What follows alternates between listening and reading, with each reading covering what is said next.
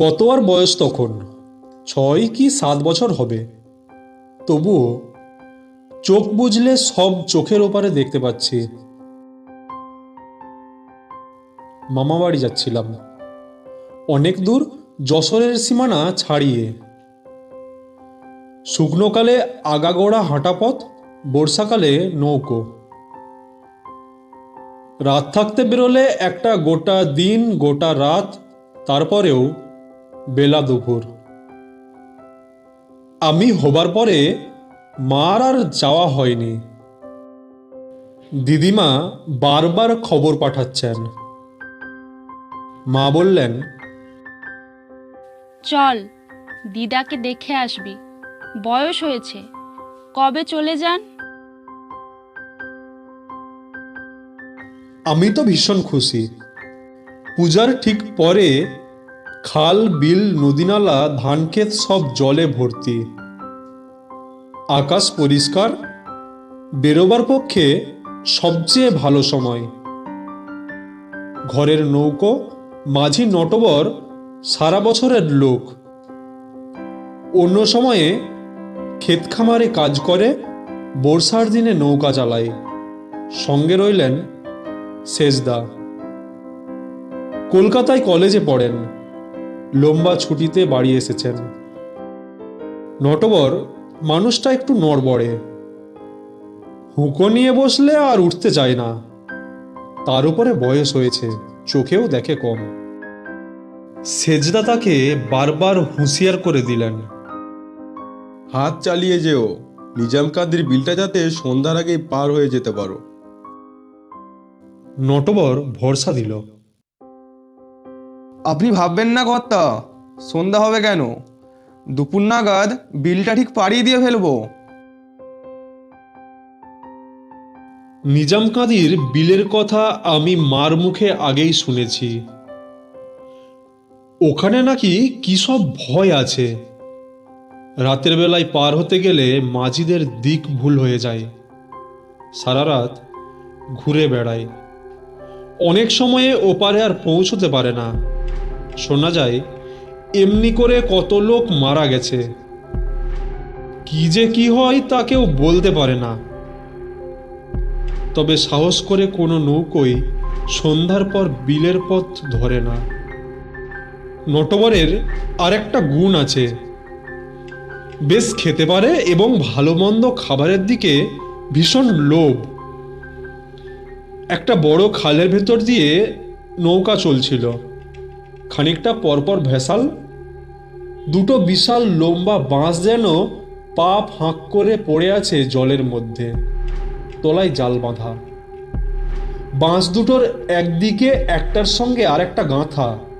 সেইখানে চাপ দিয়ে মাঝে মাঝে যখন জল থেকে টেনে তুলেছে একজন জেলে, জালের উপর ছটফট করছে মাছ।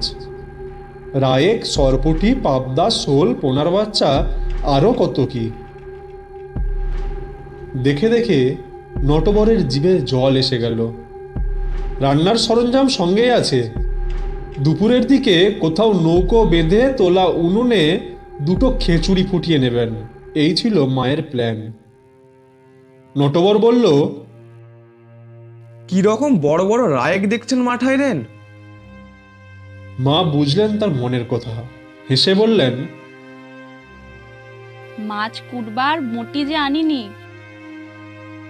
তাতে কি হয়েছে, দা রয়েছে তো, আমি কুটে দেবো, আপনি ভাববেন না। একা নাই, এক হালি মোটা রায়েক। মা রাঁধেনও চমৎকার। নটবরের ভোজনটা শুধু গুরু নয়, একটু গুরুতরই হয়ে গেল। তারপরে বালুয়ের ওপর খানিকটা গড়িয়ে নেওয়া। অনেক ডাকাডাকির পর যখন উঠল, তখন বেলা আর বেশি নেই। নিজাম কাদির বিল পড়বার আগেই সন্ধ্যা পেরিয়ে বেশ কিছুটা রাত হয়ে গেল। যে খালটা এসে বিলে পড়েছে তার ঠিক মোহনার পাশেই একখানা বাড়ি। নৌকোর শব্দ পেয়ে সেখান থেকে একজন দরাজ গলায় হাঁক দিল, নাও কোথায় যাবে? সুকচোর। সাড়া দিল নটবর। সুখচর? গলা শুনে মনে হলো লোকটি অবাক হয়ে গেছে। তামাক টানতে টানতে এগিয়ে এলো। নাও ভিড়াও।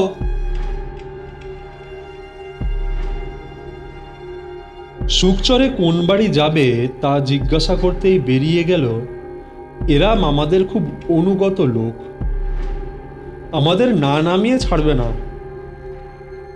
তাছাড়া এই রাত্রিরে বিল পাড়ি দেবার কোনো কথাই ওঠে না।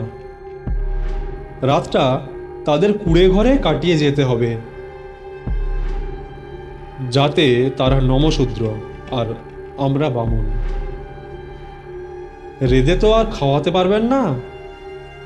মাকে 4টি চাল ডাল ফুটিয়ে নিতে হবে, মেয়েরা সব ব্যবস্থা করে দেবে। কর্তা গিন্নি হাত জোড় করে ঘাটে এসে দাঁড়ালো। না বললে তারা শুনবে না। মা মুশকিলে পড়লেন। কুঁড়ে ঘরে কথাটা তারা বাড়িয়ে বলেনি।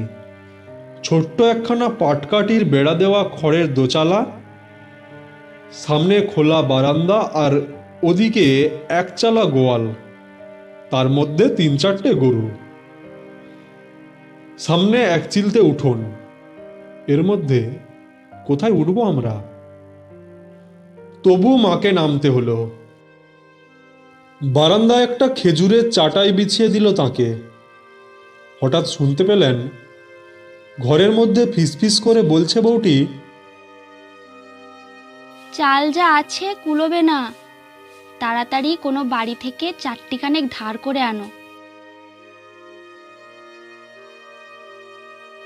লোকটি যখন একটা ছোট ধামা নিয়ে বেরিয়ে এলো, মা বললেন, শোনো, অবেলায় খেয়ে আমাদের কারো খিদে নেই।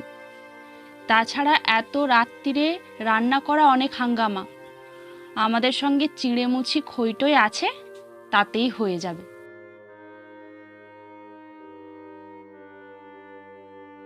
অনেক বলা কওয়ার পর তাতেই রাজি হলো হারান মণ্ডল।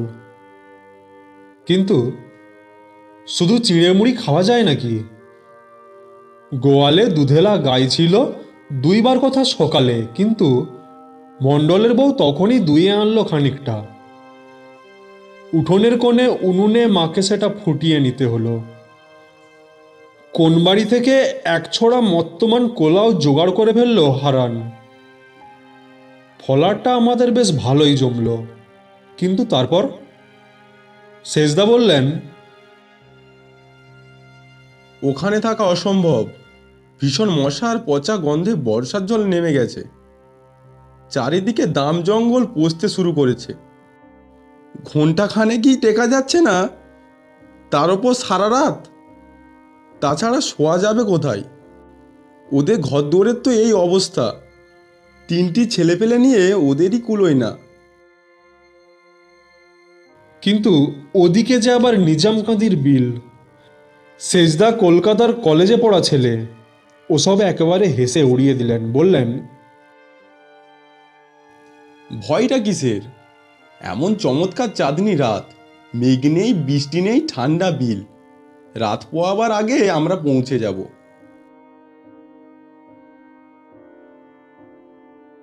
হারান আর তার বউ বলতে লাগলো, কাজটা ঠিক হবে না। কদিন আগেই নাকি একখানা বিদেশি নৌকো না জেনে ঢুকে পড়েছিল ওই বিলের মধ্যে। অনেক রাত্রে তাদের চিৎকার শুনতে পেয়েছে ওরা। পথ হারিয়ে জানতে চাইছিল কোন দিকে যাবে। তা শুনে সেজদা বললেন, চেনেন না বলেই জানতে চাইছিল। আমরা ঠিক চিনে যাব। মার খুব ইচ্ছা ছিল, কিন্তু ছেলের জিদ দেখে চুপ করে গেলেন। নটবর সেজকর্তাকে জমের মতো ভয় করে। মনে মনে যতই আপত্তি থাক, বাইরে মুখ খুলল না। আমার বুকের ভেতরটা দুরু দুরু করতে লাগলো। ওদিকে আবার কৌতূহলও কম নয়। দেখা যাক না কিসের ভয়। ছয়ের ভেতরে মা আর আমি শুয়ে পড়লাম।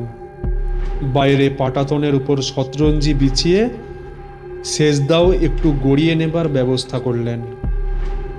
গভীর বিল, লগই চলবে না। পেছনের গলুইতে বৈঠা হাতে নটবর। যতদূর চোখ যায় জল আর জল। তার উপর ছড়িয়ে পড়েছে ঢেউগুলো মৃদু তালে ঘা দিচ্ছে নৌকার তোলায়। সেই ধকধক শব্দে আপনিই চোখ জড়িয়ে আসে।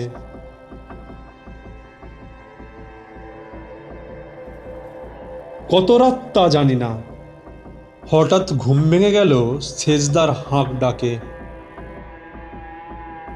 ঘুমিয়ে নৌকা চালাচ্ছ?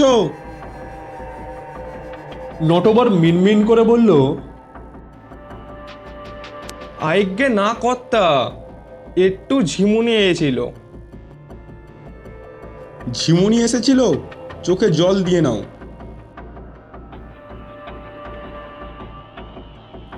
নটবর চোখে জল দিয়ে জোরে জোরে বয়টা চালালো। সেজদা একবার এদিক ওদিক ভালো করে দেখে নিয়ে চেঁচিয়ে বললেন, এই, এ কি করছো? নটবর আকাশ থেকে পড়ল। কেন, কি হলো? নৌকা ঘুরে যায়নি তো? কি যে বলেন কর্তা! কথাটা হেসে উড়িয়ে দিল নটবর। ঘুরে আবার গেল কখন? আমি তো সোজা সামনের দিকে চলছি। তা তো চলেছ বুঝলাম, কিন্তু আমরা যখন বেরোই চাঁদটা ছিল বাঁ দিকে। এতক্ষণে তো ডান দিকে চলে যাবার কথা, বাঁ দিকে রইল কি করে? তা আমি কেমন করে বলবো? চাঁদ কোথায় যাবে না যাবে আমি কি জানি? একটু পরেই ফর্সা হয়ে গেল। ভোরের আলো ফুটে উঠল পূর্ব দিকটায়। সেজদা উঠে ছই ধরে দাঁড়িয়ে বলে উঠলেন, যা বলেছি তাই, এই তো সেই বাড়িটা। কোন বাড়ি?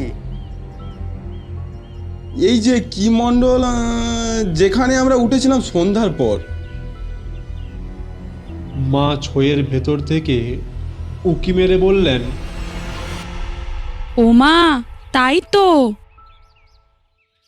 লোকজনের আওয়াজ পেয়ে হারান মণ্ডল বেরিয়ে পড়েছিল। নৌকা চিনতে পেরে ছুটে এলো ঘাটের ধারে। সেজদার দিকে চেয়ে বলল, খুব বেঁচে গেছেন কর্তা। বেরামবন বলে তেনারা কোনো ক্ষতি করতে পারেননি, তা না হলে।